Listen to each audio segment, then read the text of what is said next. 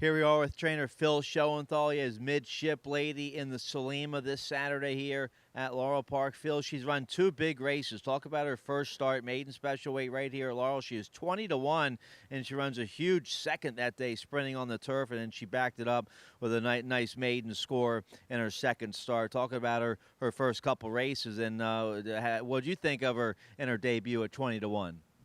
We liked her at 20-1. I didn't think she would be that long of odds, quite frankly. The horse that was the eventual winner was coming off a big second first time out and was a deserving favorite. We were a little overlooked. We felt like this filly wanted to go long all along. I mean, she's kind of a horse that trains like a horse who wants two turns and cries out for more every day. So we weren't sure how she would do sprinting, and we were thrilled with how she ran sprinting first time. And another 70 yards, she might have been the winner. She was closing like a ton and galloped out much the best. So we tried to run her long. Second time we entered her at Kentucky Downs and one of the big money maidens down there and didn't get in.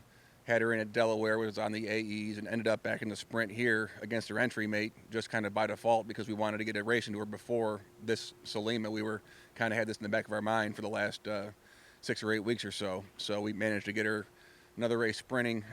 She was a little keener that day, was sharper, wanted to be up on the pace. He had a little trouble getting her to relax and rate, but did a nice job and got the job done. But we're excited to stretch her out finally 2 turns. And she looks good in the race. Your thoughts on the race? 7 nice 2-year-old fillies in there. She's had 2 big races right here at Laurel. You don't have to ship, so that's a big advantage in your favor. Your thoughts on the Selima?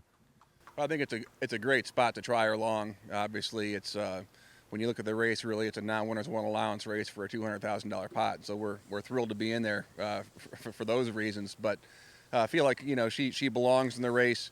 Obviously, Graham's filly in the far outside coming from Saratoga is the class and looks like she'll be a deserving favorite.